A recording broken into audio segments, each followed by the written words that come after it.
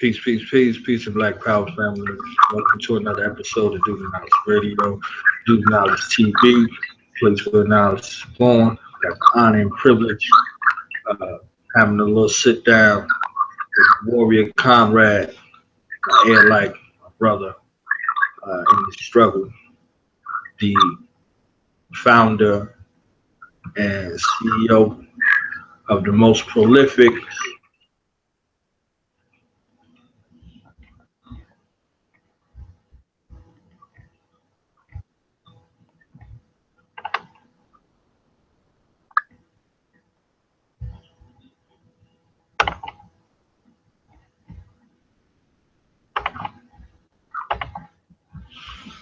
show on the internet, Black I Stand Radio, Jay Dizzle, Netter Cat. Peace, man. Peace to the fam out there. Pleasure to be on the show. What's good with you, man? I'm good, man. I'm good. Honor to have you here. You know what I mean? We did a whole lot of things together, but this is one thing we haven't done together. So it's an honor to have you on today, man. Pleasure to be on, man. Pleasure to be on. You know what I'm saying? Do the Knowledge Radio, do the Knowledge Radio platform. You know what I'm saying? A platform that really set it up. You feel me? So, you know what I'm saying? Of course, it's gonna mean a lot to be up on here.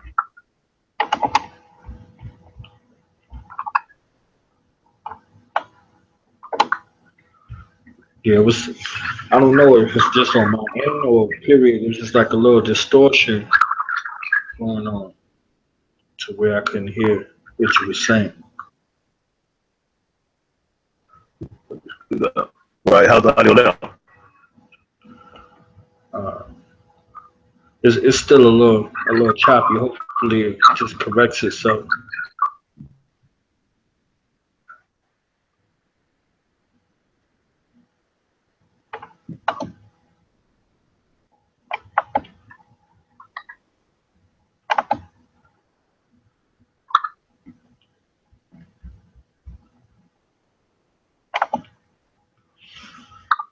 So so the brand and the push, for the show.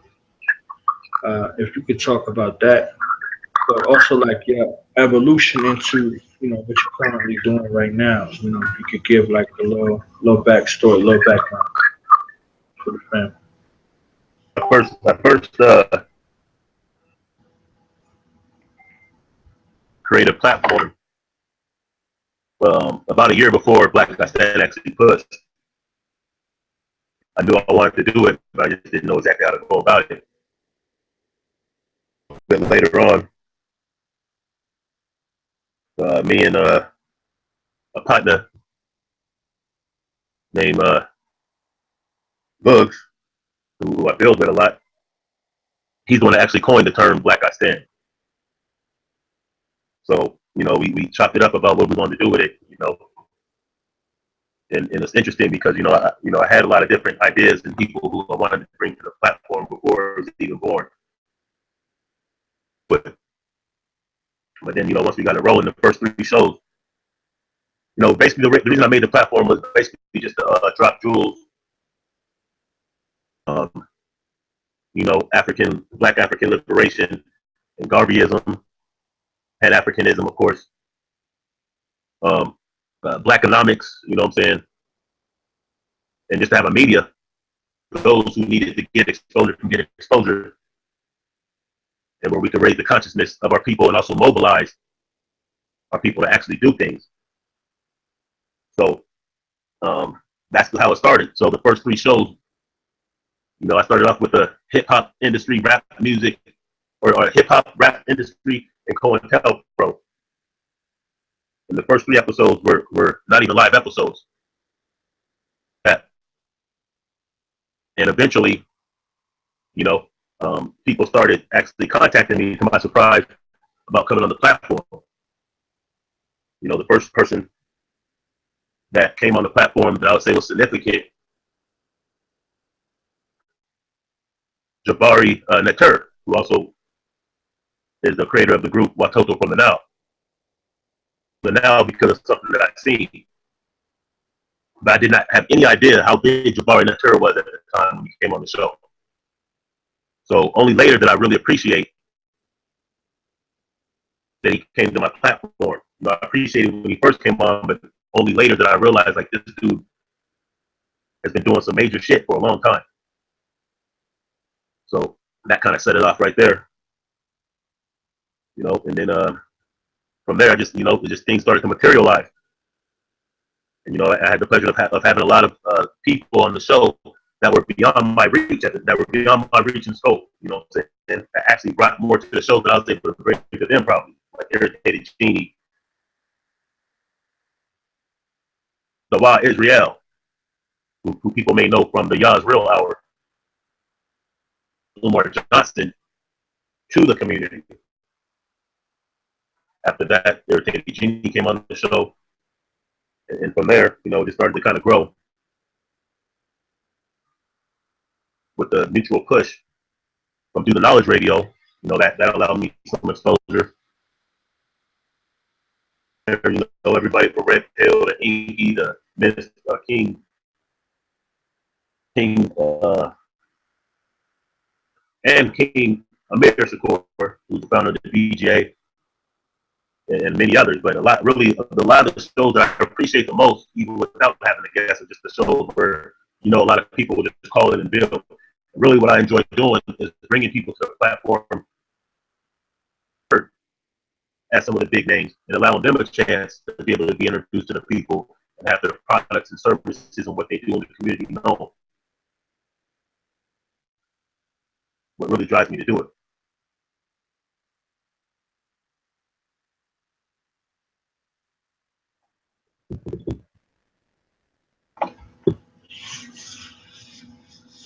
And I know definitely we had, you know, some warrior queens on as well, and gave some opportunity for some people to bring forth his information, also, you know, to market their products and things like that. Um, what about your like your journey through consciousness, so to speak? How did that start? Well, I'm going to give the credit to my grandma, being from Louisiana, which is where my mother's side of the family is from, and my grandma losing her husband.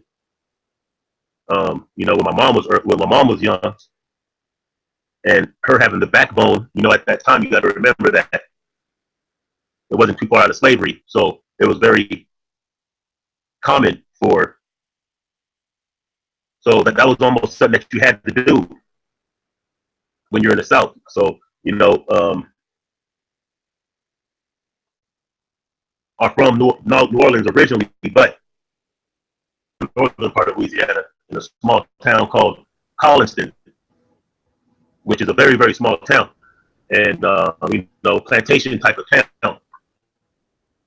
I hear about my grandma and her courage, refusal to share a crop, and what she would tell white folks, you know, was like so I think really the revolutionary spirit is my link. And her sister as well, who was an entrepreneur who moved up north. So later on, once was killed, my uncle, who also was importantly, he you know, busted the white boys for talking shit, things like that. So the KKK basically gave a 3-day shit, you know what I'm saying? So my grandma having 12 children, you know what I'm saying, and they being children at that time, you know, she didn't really have a choice, so she came up north, which is in eastern Washington, moving out to Seattle as my mother did. And you know, me growing up in that environment, you know, and then my uncle laced me with the Nation of Islam. So I started going to the local study group, was on about 16th and Yesler, if you're familiar with the Seattle area. Official initiation. So, although I'll credit hip hop for actually planting those seeds. Because of hip hop, I knew knowledge itself that wasn't taught in school, and I knew it was the truth because Paris one told me it was the truth, and I believed them. I knew it was the truth because in the other golden era MCs at the time laced me. So even at a young age, I knew about Kemet, even though I didn't know the word Kemet. So knowledge itself, I knew about the tribe of Shabazz. You know what I'm saying? I knew about the Honorable Elijah Muhammad, the most Honorable Elijah Muhammad. So even got the chance to meet. I don't know if you remember when, I'm sure you remember when Benjamin Chavis, aka took over as the second in command of the NOI. I had a chance to meet him up here. So into the conscious or to the knowledge itself would be through the Nation of Islam. And then from there, I just kept studying different schools of thought, and I would just use my own discernment to, know what could guide me properly and what not to guide me. And I would say that's pretty much how it was born. The knowledge was born.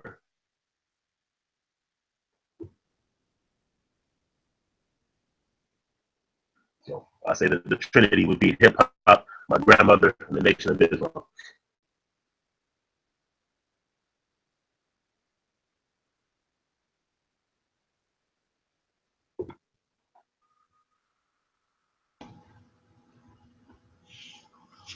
So you had an evolution of ancestral evolution. You had a organizational evolution, and you had a Cultural. hip hop is kind of like in the ether realm. You know what I mean? Culture. Yeah. So all of that together. Mm-hmm. So yeah, that's definitely the path from a lot of people. Other people, hip hop played a very, very important role in, their cognitive development culturally, you know, uh, and their spiritual inclinations based off of some of the influences and some of the uh, cultural language that was presented to the people. So, salute to you and salute to your family from that family experience. A lot of people don't have that family experience. Right. Go the opposite way. Like they hear some things out in the street and then they come back to their family with it. You know what I mean? So that foundation is pretty, especially with the elder, ancestor, your grandmother, Yeah. in your development, to bring that strength forward. So, Double E Brown, rest in paradise. Double E Brown.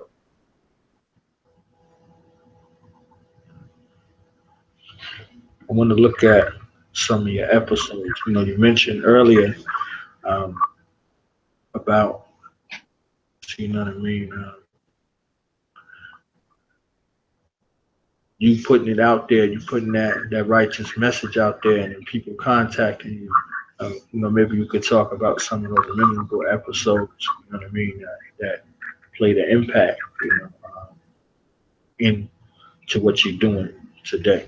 So I'm gonna share the screen. Kind of scroll through some of the episodes, as you speak about it.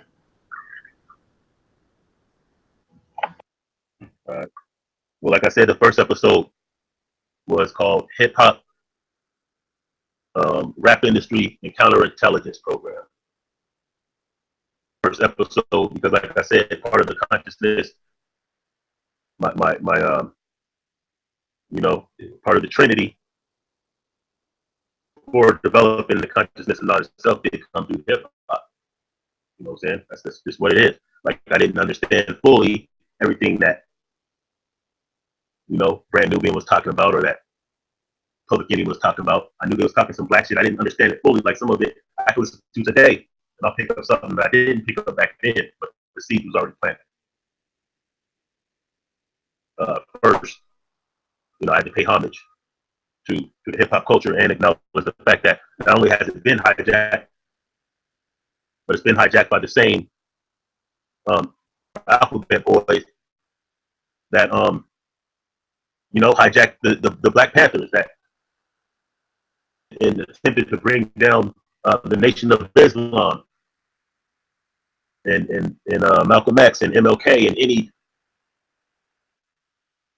that ever existed. The counterintelligence program, of course, as many know, bringing down the UNIA and Marcus Garvey, and also creating the what was that, the NAACP. It's appropriate to speak about that and to really get the understanding and definition of what the objectives is. I'm trying to look at this. Let me look at the screen.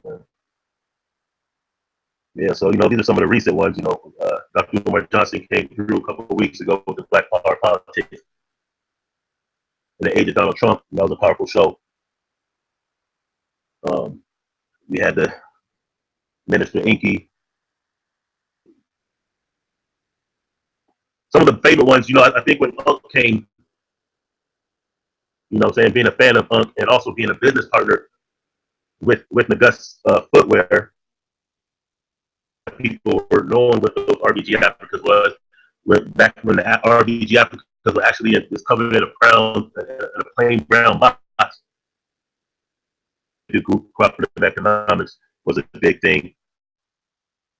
Being able to have Judah Priest and Hellraiser, like Wu-Tang affiliates, people that, saying, it's just amazing when the same people who you grew up listening to, or that you learned so much from, when they come to your platform and show you respect, you can't really put there's no words that really explain, the feeling. It's like meeting one of your icons, and they just talking to you like you're just a brother, rather than playing prima donna. For the most part, I haven't really had any guests that came at me like they're prima donnas. They were just real people. So, of course, that's and let me see who else we had. I can't even remember, man. Everybody that's been on. Shank Rock, that was a good build. He's a brother that created a documentary called "We Out That Mob," Baltimore riots, around the time that Freddie Gray situation was happening. Some of my favorite episodes are the ones where there was really no built on certain things. Building on African spirituality and there's a devil worship God. It was a brother who I met via Facebook. Named Rock from Detroit area. A supporter of the show. Black people, what we gonna do? The Justice or Else 1010. First time I really got to speak with Renee Black. We now have the rundown with Renee. At that time, she was with a different media platform. I can't recall the name of that platform, but she has the rundown with Renee now. So she called in and we built for a good hour and a half. So that was pretty dope.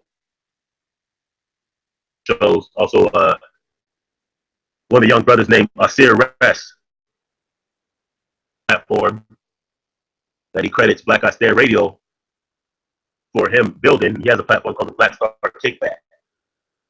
So, being able to look back at, being able to help people form their own platforms, because I didn't do this on my own. I did this being inspired by other people. Building with Red Pill, with Freestyle Justice Arrest, that was dope. Gangsta rappers and bringing back hip hop. That was when who came on that one? Black Falcon, who now you hear on Talk with the Titans. His song that he pushed with me, that he would ask me to come on the show so he could push his song March. And now he's on Talk with the Titans. He's part of the Amara Squad. Anti-Black, who also was a pretty dope MC from Brooklyn. um, family of Eric Garner, polygamy shows. I mean, we try to touch on everything, you know. And one of the things that I try to do is I try to have people on the platform, even if I don't agree with everything they believe, you know. And then I actually got to give credit to you for actually keeping me grounded a lot. You know what I mean? And basically dropping jewels on me. A lot of people don't know this. I haven't really said it public too much, but because of the conversations that I have with Knowledge Born Allah, trust me, you know what I'm saying? It keeps me grounded and it keeps me focused and it keeps me operating with more dignity than I probably would, with more respect than I probably would, you know, just by watching him and by the jewels that you drop. You know what I'm saying? It's fundamental. Black Town Revival movement, which is a movement basically to rebuild some of the cities in Oklahoma. So you see some of the shows, the industrial hemp and Black Town Revival movement that they going into the demographics of some of these towns, hood and nation building. A lot of us speak from an aspect that we got to do it from scratch, but that's not true. There are actual cities, municipalities that are still in existence from 100 years plus ago. Not to mention, there's unincorporated communities. There's Israelite communities. I know one in Tennessee, I should say, that's ran by a brother named Pastor Dow. Pastor Dow. You know, they basically feed, clothe, and shelter themselves. They have their own community. You know, there's communities that I've been made aware of from listening to Judah Knowledge Radio. Sister in Louisiana, they got 90 acres. It's right outside of Houston, they got acres. So if we speak about feed, clothe, and shelter ourselves, it only makes sense that some of us come to some of these smaller towns where we can actually grow our own food and we can send them back up to the big cities. You know what I mean? We handled Safira Chinwe, a cool sister, Nigerian sister, who's currently in Dubai teaching. Where she's cool. So we have the black woman, her role in nation building, feminism, and gender war, things like that. So, you know, we try to, and I've had people on who I don't necessarily agree with all the way, but who I respect as people. Israel doctrine. A lot of people say a lot of things about Israel doctrine. I don't agree with every tactic that he uses, you know what I'm saying, or everything that he believes in, I don't agree with. But when I speak to him on a man-to-man level, he's a very good brother. I believe he's sincere. So when he came on the show, we agreed that, you know, it's going to be a show. We're going to go back and forth with disrespect. I allowed him to get his perspective out, and we actually had a pretty good build. Brother, by the name of Maurice Bonton L. At that time, I was on that rah-rah shit, trying to get the more. I was on my Sonetta shit for a minute, trying to get somebody to come in the debate. So you know,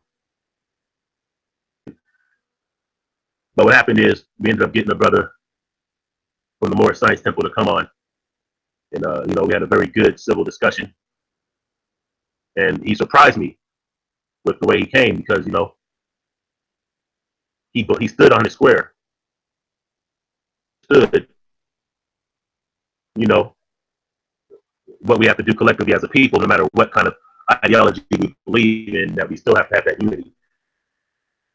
But the understanding of, you know, a lot of us, we believe that unity means to be uniform, meaning that alike have the same type of names, pray alike. That's not what unity is. Objective. You have different methodologies of how we get to where we're going. It's similar if we're on the road. You might take a detour, you might take a different route, but we're headed toward the same place. So we don't really need to waste the time bickering on things that are superficial versus when it would be a lot more productive to focus on what we do agree with.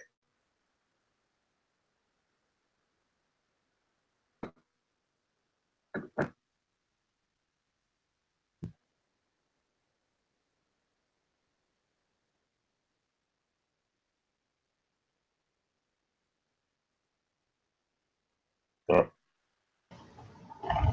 They definitely gave us a lot of high quality shows, high quality content, and one of the things that I respect most admirably about you is your fearlessness. You see what I'm saying? Like you would, you wasn't afraid to experiment with anything that was going on. You know what I mean?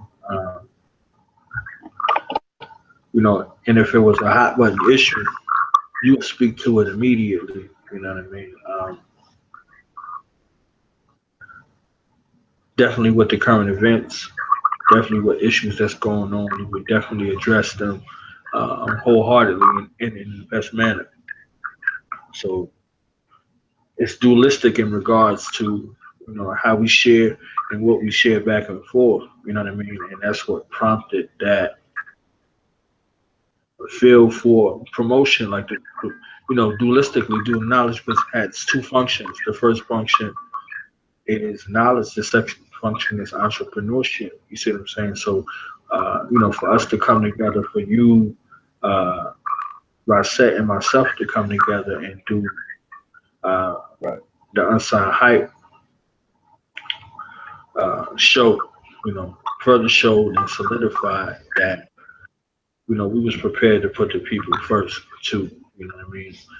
There's a lot of our artists that are out there who sacrifice their market to work within our demographic here in the conscious community with their art form, their creativity, with their brilliance that they share, with us.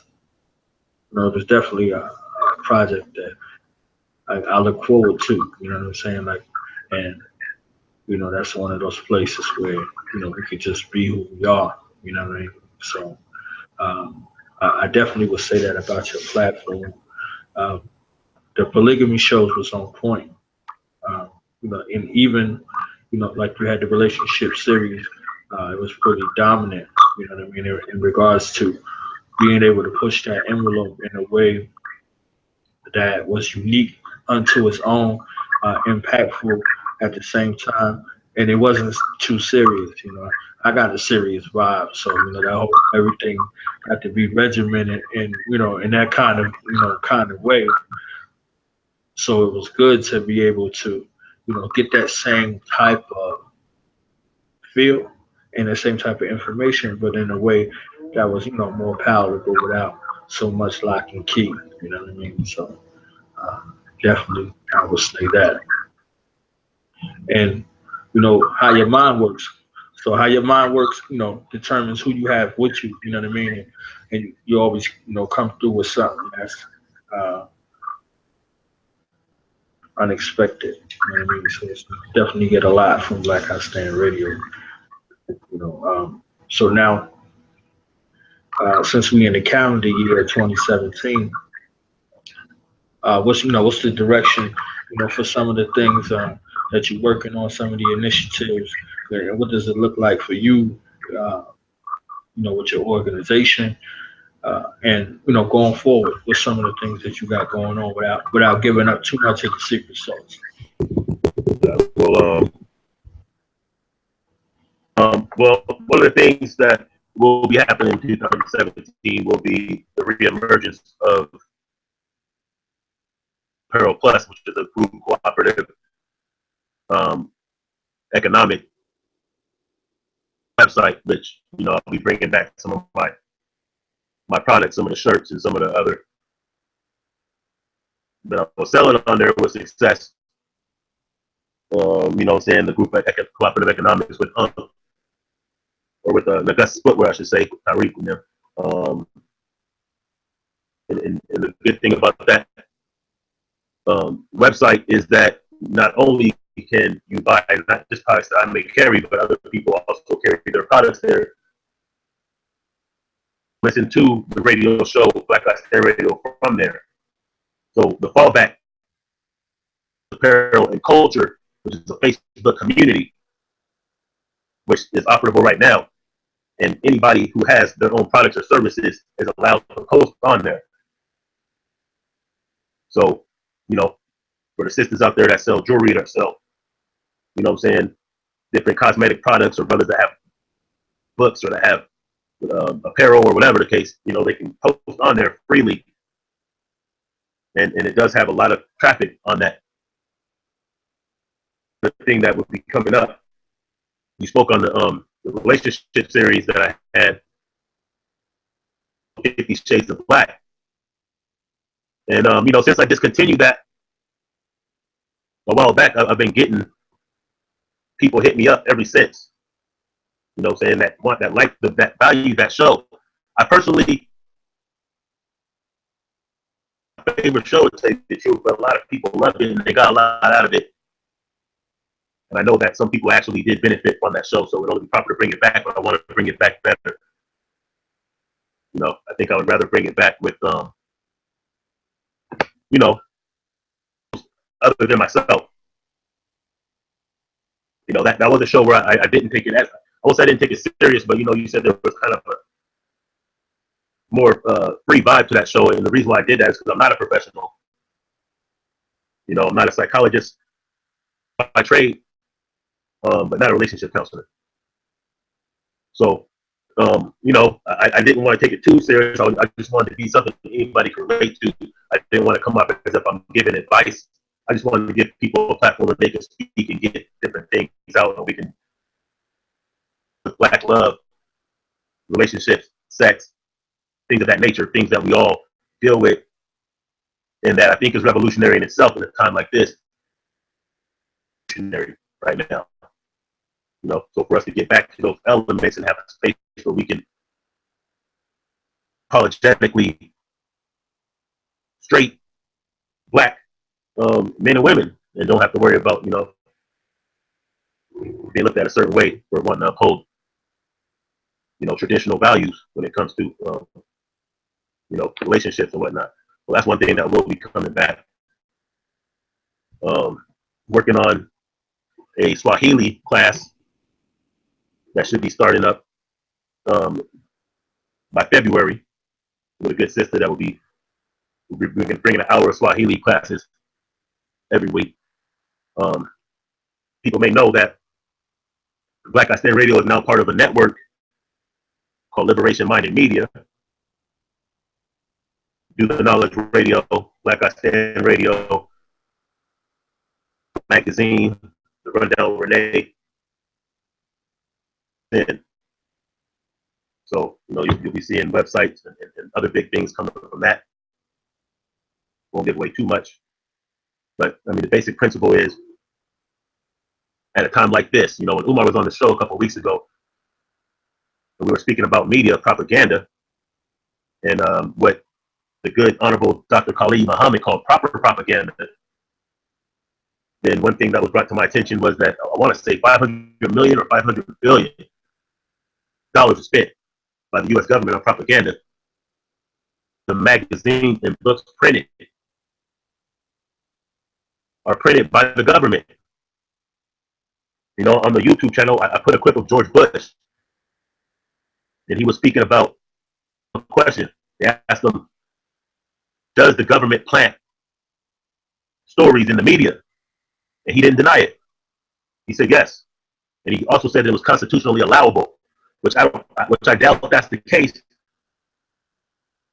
He admitted that the media plant stories, or the government plant stories in the media. So we're dealing with a narrative or someone else who controls our narrative.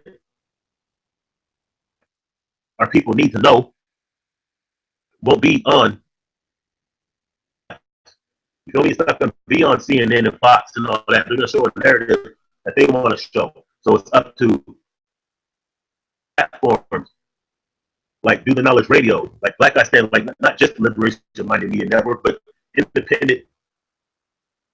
We have to, or Black media platform, we have to be able to give our people, you know, the correct information that's relative to us and the correct narrative. Because when they put some bullshit out there and they slant the view and they turn, you know, everybody against Black Lives Matter, or they affiliate everybody as Black Lives Matter, and they throw Black Lives Matter under the bus, we have to have a way to be able to respond to that.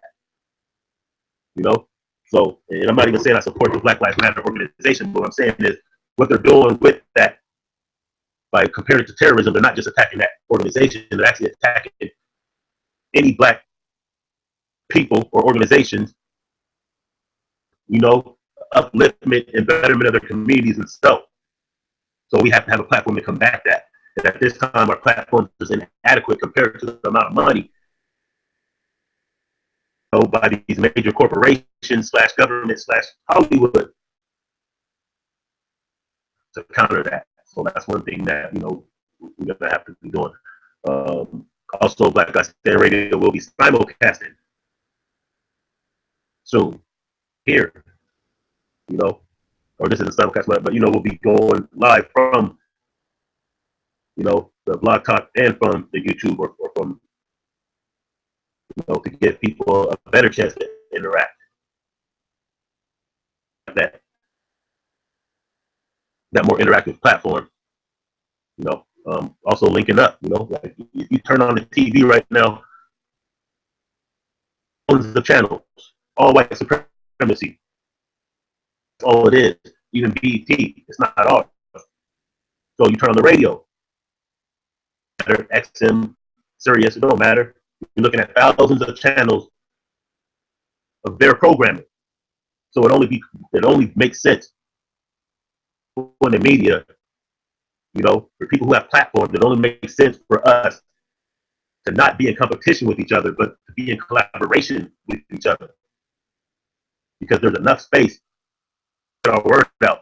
We have different viewpoints, so it's only proper, you know, a full cipher, a full 360 degree of angles to look at to be able to discern. Somebody's going to tell the people, they're not going to tell us about our babies and the great things they're doing. Tell us about the achievements that we're doing. They're not going to tell us. You didn't hear about New Era Detroit from CNN. You probably heard them from Do the Knowledge Radio. You know what I'm saying? And that's just what it is. We have to be able to tell our own story. We have to be able to combat the improper propaganda that comes our way. You know, we have to. Nobody presented Dr. Amos Wilson to us from CNN or from our enemies' platforms. We wouldn't know who he was if it wasn't for our own, you know, say word of mouth and just the fact that we were connected. A lot of the people that we learned from, you know, they didn't get no shine. They didn't get no shine on daytime television or on network or cable channels or whatnot. It's up to us to bring that forth. It's up to us to set the standard of what we want our babies to see and know. So that's some of the things that will be coming in the 2017 year. You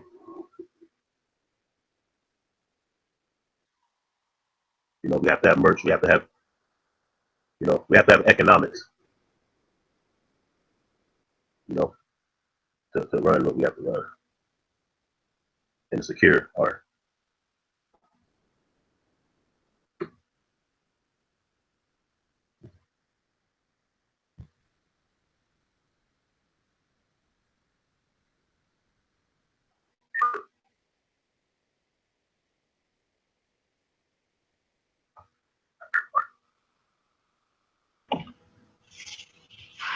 Well, definitely look forward to that collaboration. And you know, we had our Black Love and Communication series every Monday with myself and Dr. Queen T. And we had a good run for about a year. So I would definitely, you know, be looking, you know, to see if I could contribute, you know, in some kind of way with the resurgence, you know, 50 Shades of Black. Because like I said, it was definitely something that was powerful and impactful in a manner in which, like I said, our shows was pretty regimented. You know what I mean? So to be able to, you know, collaborate and, you know, help push that avenue as a viable option of communication, you know what I mean? You can count me in.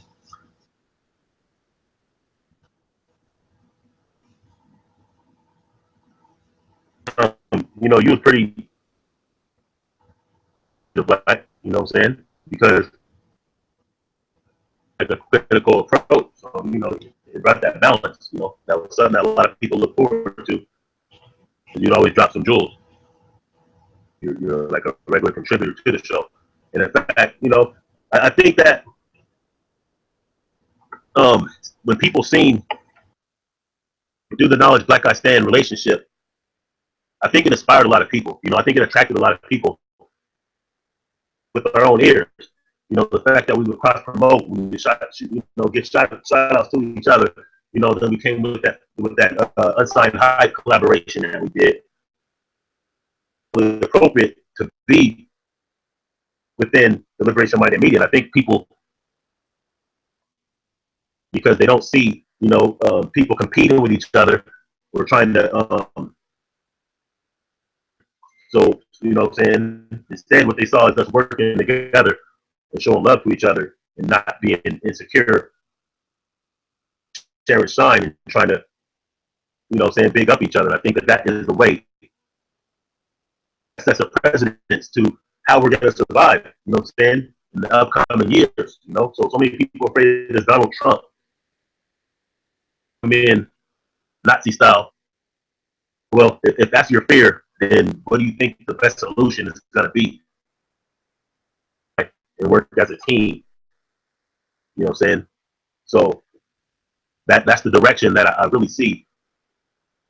Media has to go for us. We have to. We have to be able to collaborate. Everybody has different things they can add. We're actually getting sick of, seeing we're fighting. We can't be turning each other down. This is the purge going on. So people are going to fall off. People are going to be afraid. It's going to manifest itself in many different ways. Hold it down. And I think people really have been appreciating that.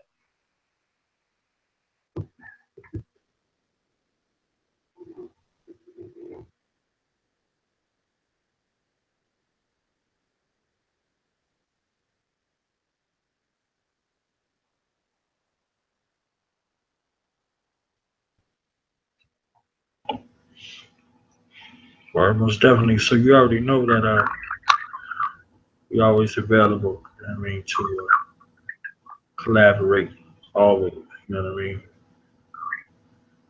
Um, I know Renee has a show at 8:30 p.m. Central Standard Time, 9:30 Eastern, dealing with Black Power versus Black Cowards. So, we're definitely going to be in the building for that. We want to invite the family to continue this conversation on Through the Knowledge Radio with myself and Jay Dizzle. So we're going to get started over there at 7 p.m. Eastern Standard Time, 4 p.m. on the West Coast. You know what I'm saying? So we can continue this conversation. That phone number to call in is 515-609-360. 515-605-9360. We can get slaptastic over there, you know what I mean? And invite the family to call in as we continue this conversation and move into some other topics. So right now, just want to say peace to the family. Jay Dizzle, man, my brother, man, I appreciate you coming through, showing us that love, you know what I'm saying?